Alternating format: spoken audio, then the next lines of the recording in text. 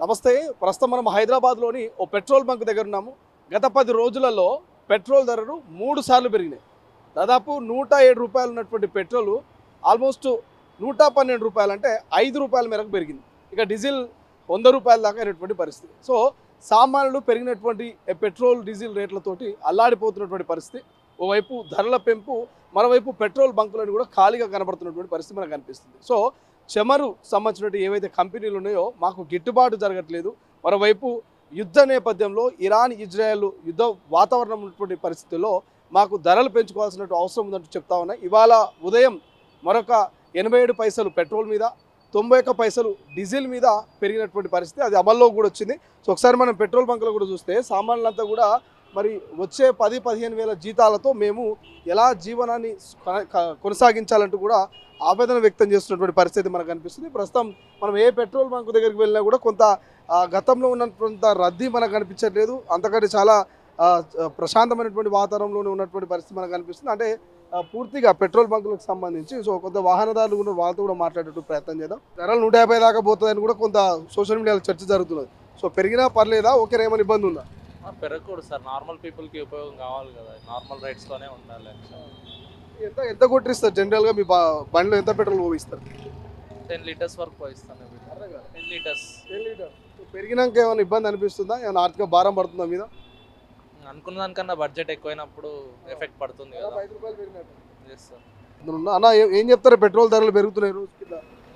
ధరలు పెరుగుతున్నాయి కాబట్టి ఇంకేముంది, ఇంకోసారి మోడీ కొట్టేస్తాం. అయ్యా మోడీకి ఓటేయం. అంతేనా? 150 దాకా పోతుందని అంటున్నారు. ఇక్కడ ఏది స్టేట్లో కూడా అయ్యాం. ఇక్కడ నుంచి ఎగుమతి చేసుకుంటున్న వాళ్ళు 60 రూపాయలకు, 56 రూపాయలకు, 62 రూపాయలకు రేట్ ఇస్తుర్రు. కానీ అంటే మన దగ్గర నుంచి తీసుకొని అంత రేటుకి అమ్ముతుర్రు. మనకి మాత్రం ఎందుకు ఇంత పడుతుంది ఇండియాలో రేటు? యుద్ధం కారణం వల్ల చమురు దొరకట్లేదు అంటున్నారు.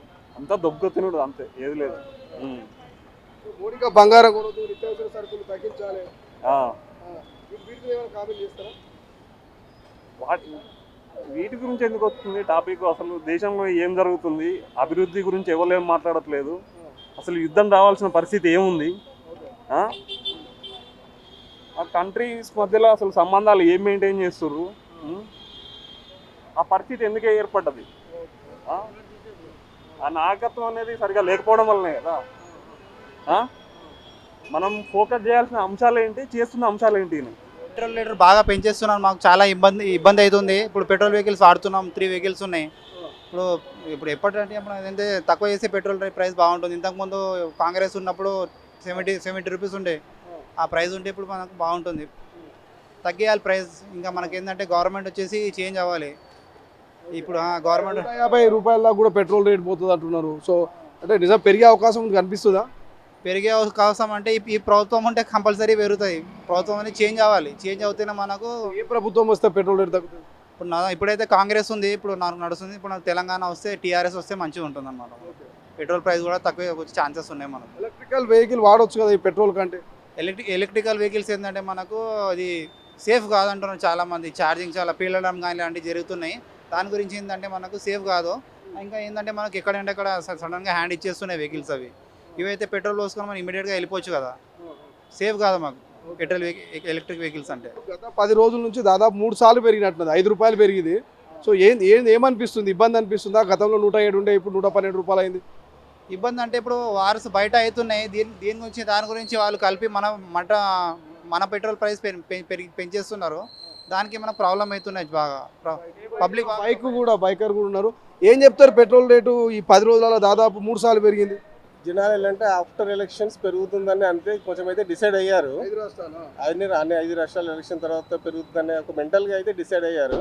కానీ ఇంత ఫ్రీక్వెంట్గా 10 డేస్లో 3 టైమ్స్ అనేది పెరుగుతుంటే మరి ఇంకా నెక్స్ట్ వచ్చే రోజులలో ఇంకెంత పెరుగుతుంది అనేది ఇంకా డిసైడ్ కావడం లేదు. ఏమనిపిస్తుంది మోడీ పరిపాలన చూస్తుంటే? ఈ పెరుగుదల చూస్తూ ఉంటే బంగారం కొనొద్దు, ప్రజా రవాణాను వాడాలంటున్నారు, నిత్యావసర సరుకులు తక్కువ చేయాలంటున్నారు, విదేశీ వస్తువులను ఇంపోర్ట్ చేసుకోవడం తగ్గించాలంటున్నారు. మనం ఇంటర్నేషనల్ మార్కెట్ అయిన తర్వాత మనము గ్లోబల్ స్టాండర్డ్స్ ఫాలో కావాల్సింది ఏదైనా కానీ.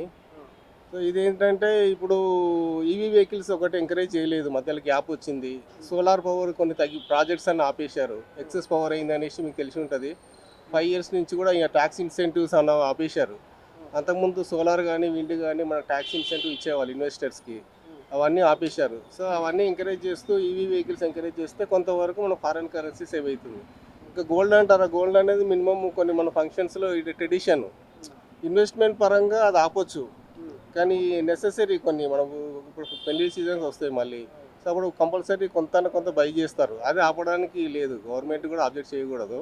ఎవరైతే ఎక్సెస్గా ఇన్వెస్ట్ చేస్తున్నారో ఇప్పుడు వాళ్ళు ఇప్పుడు అన్నిటికీ పాన్ ఆధార్ లింక్ పెట్టారు, ఆ బేస్ మీద ఎవరెవరు ఎంత కొన్నారో అఫీషియల్గా తెలిసిపోతుంది గవర్నమెంట్ కూడా. అవి కంట్రోల్ చేసుకుంటే బెటర్, మిడిల్ క్లాస్ వాళ్ళకి కొంచెం ఎఫెక్ట్ పడదు.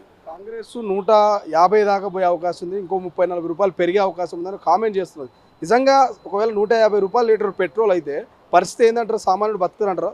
ఈ నిత్యావసర సరుకులు అయితే పెరుగుతుంది. ఒకవేళ నిజంగా గవర్నమెంట్ కంట్రోల్ చేయాలనుకుంటే మనకు ట్యాక్సెస్ ఉన్నాయి. స్టేట్ గవర్నమెంట్ ఈరోజు పేపర్లో చూస్తే ఏ స్టేట్ గవర్నమెంట్కి ఎంత వెళ్తుంది, సెంట్రల్ గవర్నమెంట్కి ఎంత ఉంది ట్యాక్సెస్లో అనేది ఉంది. సో అక్కడ ఏమన్నా తగ్గించుకుంటే ఈ కాస్ట్ అనేది తగ్గించుకోవచ్చు. సో ఈ పబ్లిక్ ఈ ఫ్రీక్వెంట్ ఎంత మెయింటైన్ చేస్తారు ఇంకా అనేది 10 డేస్లో 3 టైమ్స్ అంటే ఇంకా 10 డేస్లో ఏమవుతుంది అనేది అది అన్సర్టైన్గా అయిపోయింది. ఇప్పుడు ఏదో 5 రూపీస్ పెంచారు, ఒక 2 మంత్స్ 3 మంత్స్ అలాగా ఉంది అనేది లేదు కదా ఇప్పుడు. సో అది ఇంటర్నేషనల్ స్టాండర్డ్స్ ఇది అయిపోయింది. ఇప్పుడు అందరూ ఇప్పుడు మీరు ఇంటర్నేషనల్ ట్రావెల్స్ చూసుకుంటే మన తెలంగాణ నుంచి ఎంతమంది వెళ్తున్నారు, ఎంతమంది వస్తున్నారు మీకు తెలిసిపోతుంది. సో దాన్ని ఎవరైతే ఆపలేరు, ఎవరైతే అన్నెసరీగా బై చేస్తున్నారు వాళ్ళని నాకు కంట్రోల్ చేసుకుంటే కొంతవరకు ఫారెన్ కరెన్సీ సేవ్ అవుతుంది. ఈ ఈవీ వెహికల్స్ ఎంకరేజ్ చేస్తే కొంత సేవ్ అవుతుంది. ఈవీ వెహికల్స్ అంటే ఫస్ట్ సోలారు విండ్ మళ్ళీ ఆ ట్యాక్స్ ఇన్సెంటివ్స్ తీసుకురావాలి మళ్ళీ. సో గత 4-5 ఇయర్స్ నుంచి ఇన్సెంటివ్స్ అన్నీ ఆపేశారు. సో దాని మీద మనకు కొంత ఫారెన్ కరెన్సీ సేవ్ అవుతుంది. ఫైనల్గా ఏం చెప్పదలుచుకోరు ఈ పెట్రోల్ పెంపు మీద? పెంపు అంటే ఇంటర్నేషనల్ మనం తప్పదు, మనకు కొంత భరించాలి, కానీ గవర్నమెంట్ కూడా వాళ్ళ ట్యాక్సెస్ కూడా కొంచెం తగ్గించుకోవాలి కదా. ఇప్పుడు ఈరోజు ఏ పేపర్ చూసినా రేషియో ఇచ్చారు మీకు, state government 30 rupees, central government ఇంత అని. అవి కొంచెం తగ్గించుకుంటే కొంత బెటర్. సో ఇంక్రిమెంట్ మీద వాళ్ళకి ఇంక్రిమెంట్ వస్తుంది గవర్నమెంట్కి. అది సామాన్యులు అయితే సో స్టేట్ గవర్నమెంట్ కావచ్చు, కొంత ట్యాక్స్ల విషయంలో స్టేట్ అయినా సెంట్రల్ అయినా నిరుపేద ప్రజల పక్షాన కొంత తగ్గించి ధరల్ని తగ్గిస్తే బాగుంటుంది. నిత్యావసర సరుకులైనా ఇతర ధరలైనా కూడా చెప్తా ఉన్నారు. సో ఇది మొత్తం మీద పెట్రోల్ బంకుకు సంబంధించి మనం అయితే అప్డేట్స్ చూస్తూ ఉన్నాము. కొంత పెట్రోల్ బంకులో గతంలో స్టాక్ లేదు, నో స్టాక్ బోర్డులో ఇవన్నీ దర్శనం ఇచ్చుతోటి చాలా రద్దీగా కనిపించినటువంటి పరిస్థితి మనం చూసాం. కానీ ప్రస్తుతం పెట్రోల్ ధరలు పెరుగుతున్నప్పటికీ ఎండల తీవ్రతతో కూడా కొంత పెట్రోల్ బంకులో కూడా కొంత రద్దీ తగ్గింది. కొంత ఫ్రీ ఆఫ్ స్పేస్లోనే పెట్రోల్ పోసుకుంటున్నారు.